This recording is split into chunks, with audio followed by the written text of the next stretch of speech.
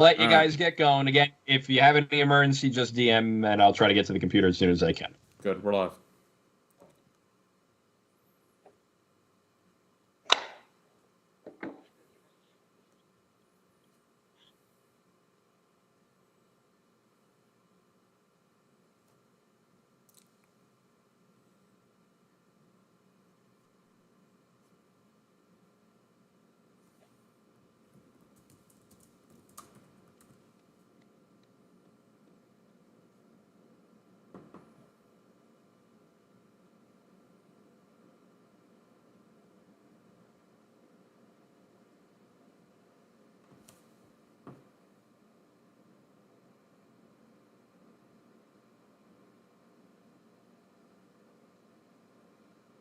All right, 11-9. Sorry, I was just trying to. No, you're good.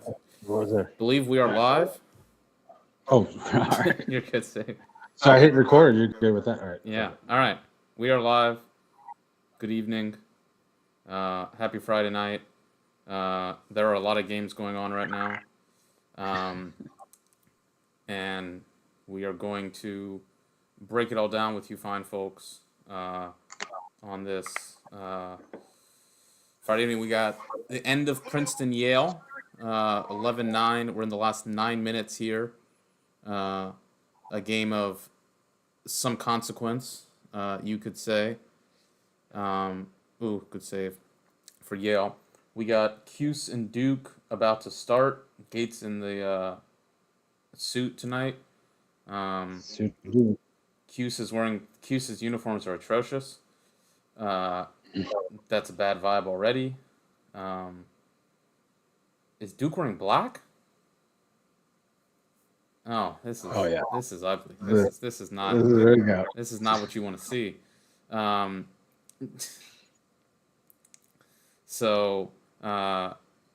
saying it's a Cuse Duke Watchalong and deja vu. The last time we did this, we started by talking about Duke as like the best team in the country.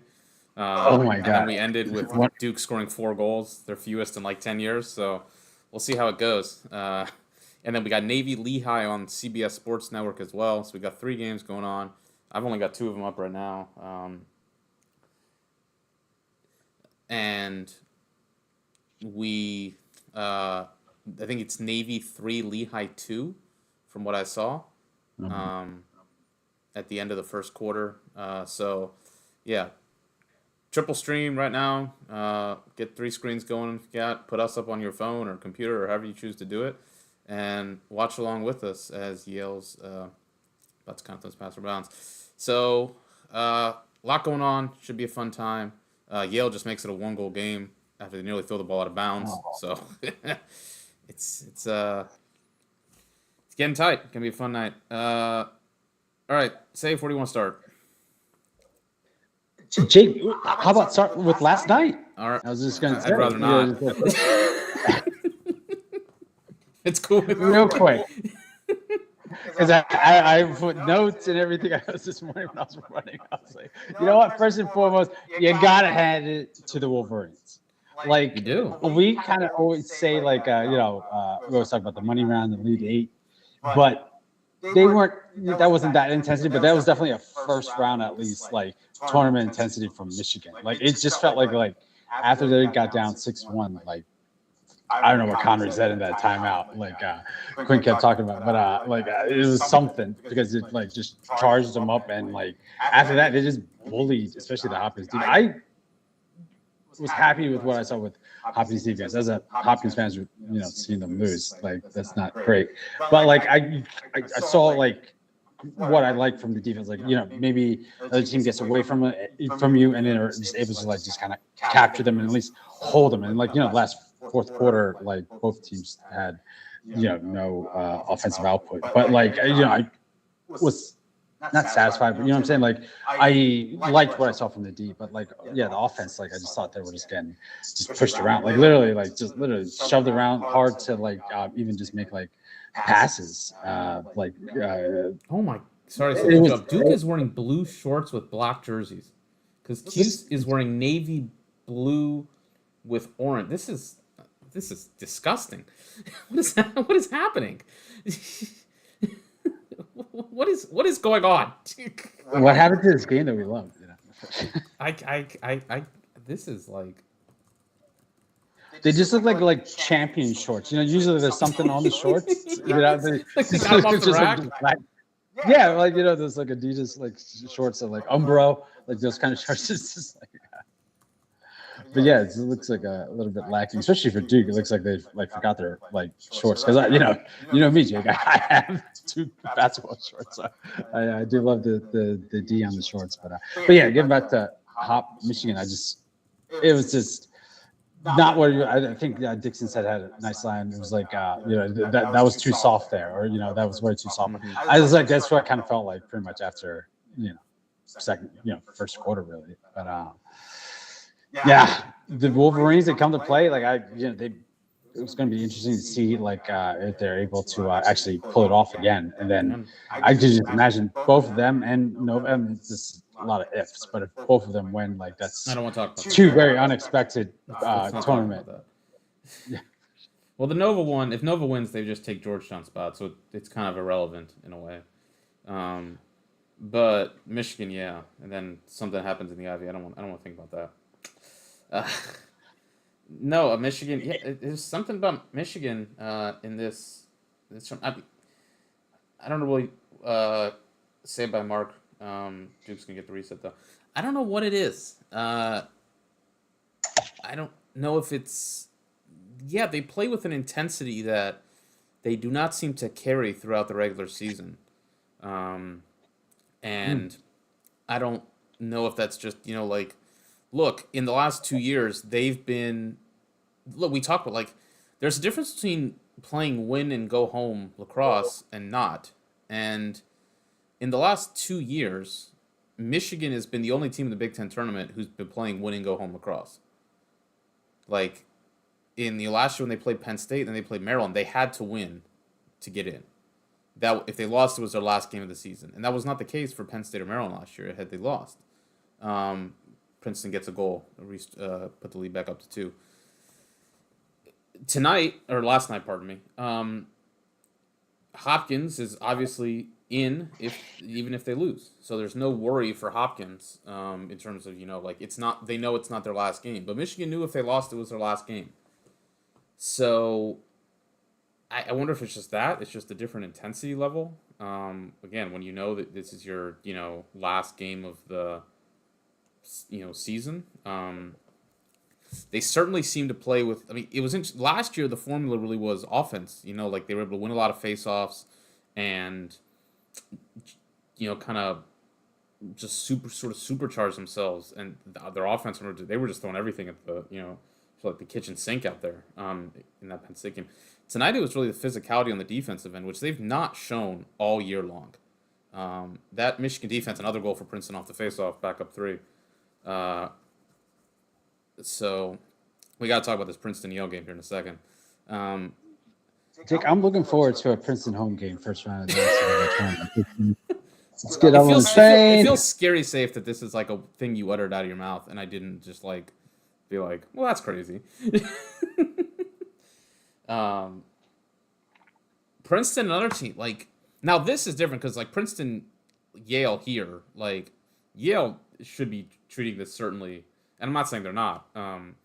They should be treating this as if they lose, their season is over. It's not necessarily for sure, but that's the way you need to be treating this game. I haven't been watching the whole way, but it feels to me more like just kind of what we've been seeing for Yale.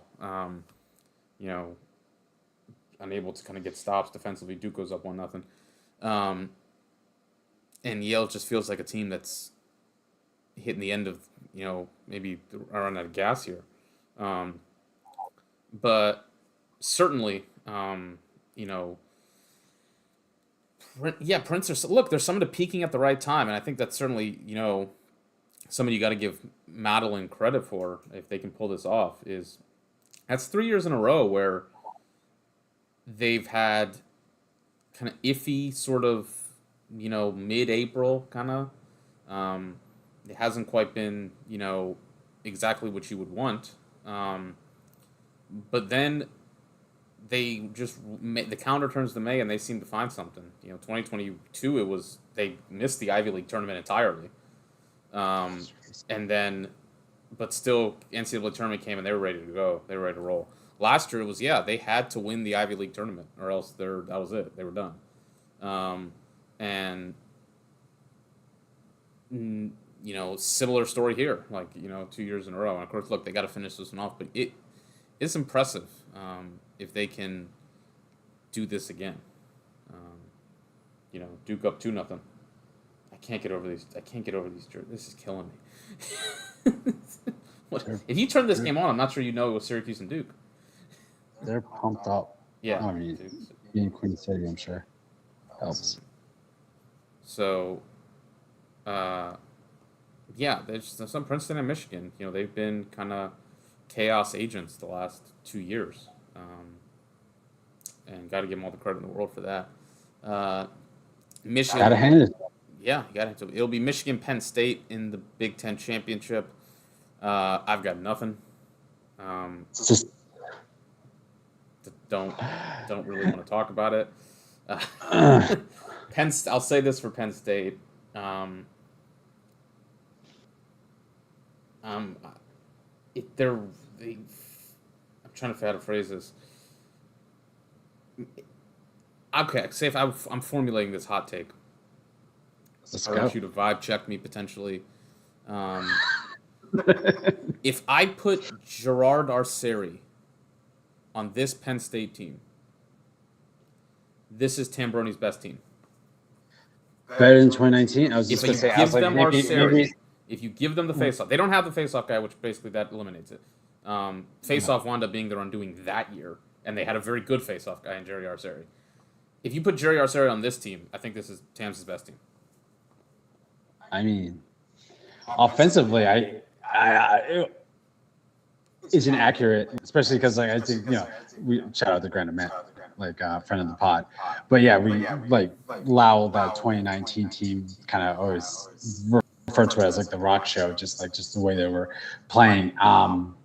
Yeah, I hear it's the one thing that they're kind of missing, and then if it's one-sided, that they're really kind of at a hole, but.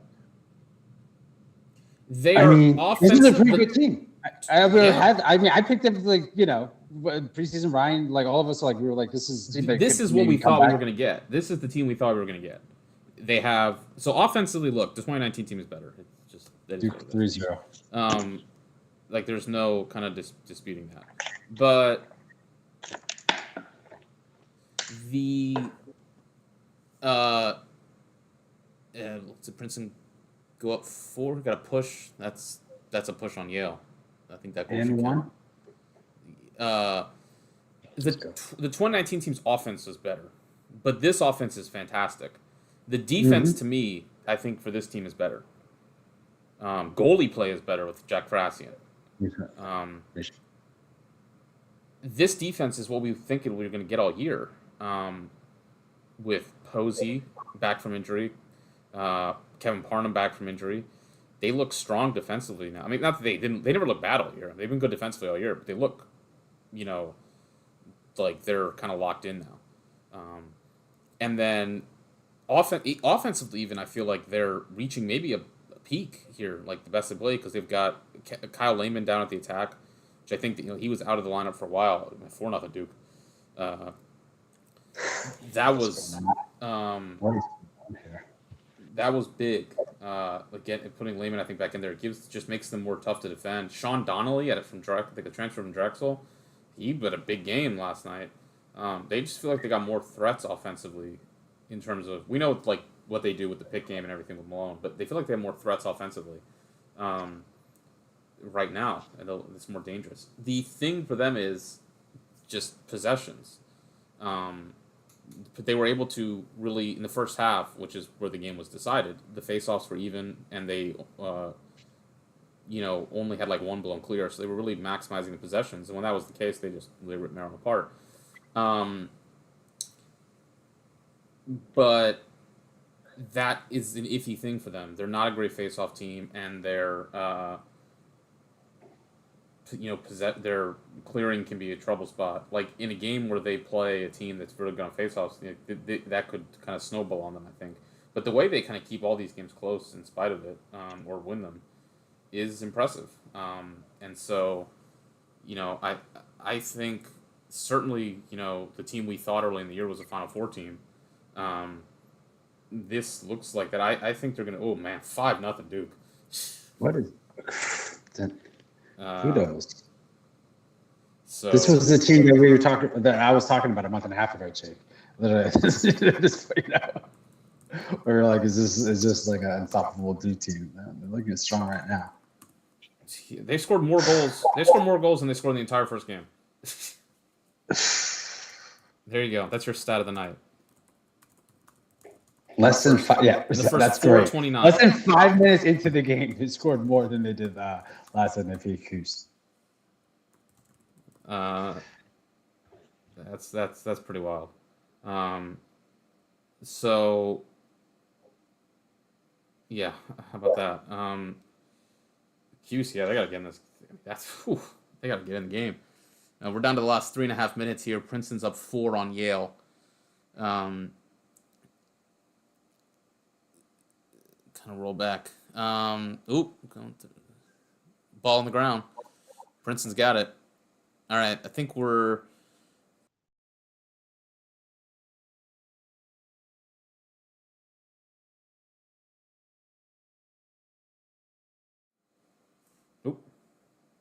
Everything good?